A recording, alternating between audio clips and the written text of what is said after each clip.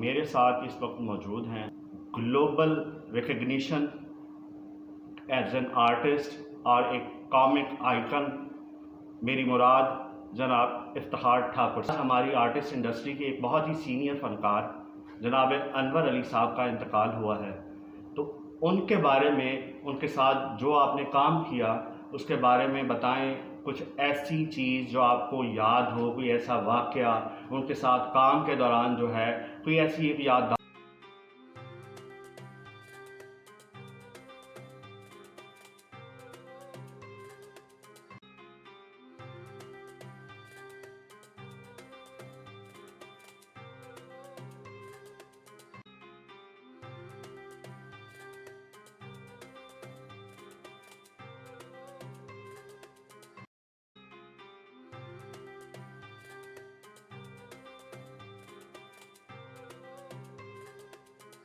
بسم اللہ الرحمن الرحیم۔ ان للہ و انا الیہ راجعون۔ جو انسان اس دنیا میں آیا ہے وہ اللہ کا مال ہے، اسے واپس جانا ہے۔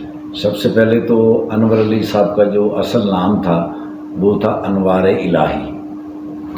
ڈرامے کا نام ان کا انور علی تھا، اور وہ واقعی جب مجھے ملے تھے تو اس کے بعد مجھے احساس ہو گیا تھا کہ ماں باپ نے ان کا نام بڑا ہی سوچ سمجھ کے رکھا ہوگا، کیونکہ وہ اللہ کے راستے میں کام کرتے تھے۔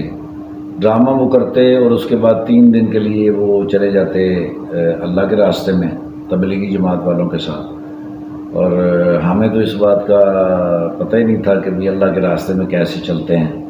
انہوں نے سکھایا۔ وہ تھیٹر میں بھی ہمارے استاد تھے، اور اللہ کے راستے میں چلنے والے جو لوگ تھے ان میں سے بھی ہمارے استاد تھے۔ آج ان کا انتقال ہوا، بڑا دکھ ہوا، بڑی تکلیف کاٹی انہوں نے، لیکن یہ ہے کہ دنیا میں جو بھی تکلیف کاٹ لیتا ہے آخرت کی تکلیف اس کے لیے کم ہو جاتی ہے۔ ان کا اس دنیا سے چلے جانے کا مقصد یہ ہے کہ ان کی باری آ گئی تھی اور ہماری باری آنے والی ہے۔ انہوں نے ایک دفعہ مجھے کہا تھا کہ یہ جو میسج آتا ہے نا کہ فلاں بندہ قضاء الہی سے یا رضا الہی سے دنیا سے چلا گیا ہے، وہ میسج اس کی موت کا نہیں آتا، وہ آپ کو میسج آتا ہے کہ وہ تو چلا گیا ہے، آپ اپنی تیاری رکھو۔ تو آج جنازے میں گئے تھے ان کے، ماشاءاللہ ان کی بیٹی ایک حافظہ ہے، اللہ پاک اس کی حفاظت فرمائے، صحت اور تندرستی کے ساتھ ان کے بچوں کو اللہ جب صبر جمیل عطا فرمائے۔ ان کے جو بڑے بھائی ہیں انہوں نے اس فیملی کے ساتھ بڑا ہی پیارا سلوک کیا اس دنیا کے اندر، اللہ پاک ان کو جزائے خیر عطا فرمائے، اور انوار الہی صاحب جو تھے ان کو اللہ پاک جنت الفردوس کے اعلیٰ مقام پہ ایک جگہ دے۔ میری دعا ہے اللہ پاک ان کی قبر کو جنت کے باغوں میں سے ایک باغ بنا دے، کیونکہ وہ دنیا کے لیے اور آخرت دونوں کے لیے کام کر کے گئے تھے۔ 2 حج انہوں نے کیے تھے۔ پہلا حج انہوں نے سہیل احمد صاحب اور جواد وسیم صاحب کے ساتھ کیا۔ میری دعا ہے جواد وسیم صاحب کے لیے کہ انہوں نے اس فیلڈ میں آ کے بہت سارے لوگوں کو اللہ کے راستے میں چلنا سکھایا۔ تو جواد وسیم صاحب نے ہی لیڈ کیا تھا انوار الہی صاحب کو بھی، کوڈو صاحب کو اللہ جنت الفردوس عطا فرمائے، وہ بھی اس راستے میں چلے۔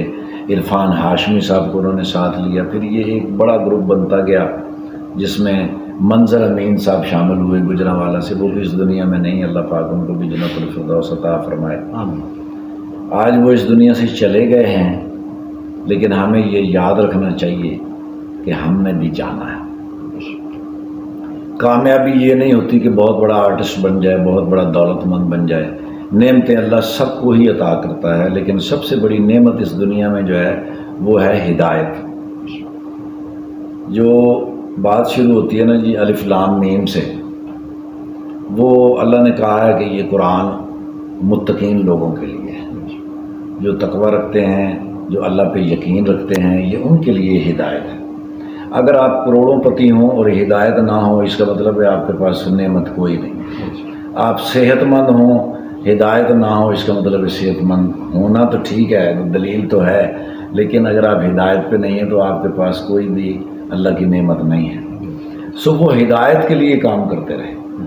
وہ جب تک زندہ رہے انہوں نے لوگوں کی ہدایت کے اوپر کام کیا، لوگوں کے لیے فکر کیا۔ جو بندہ بھی انسان دوسرے انسان کے لیے فکر کرتا ہے، اس کا مطلب ہے وہ ہدایت پہ ہے، اور اللہ نے اسے قبول کر لیا ہے۔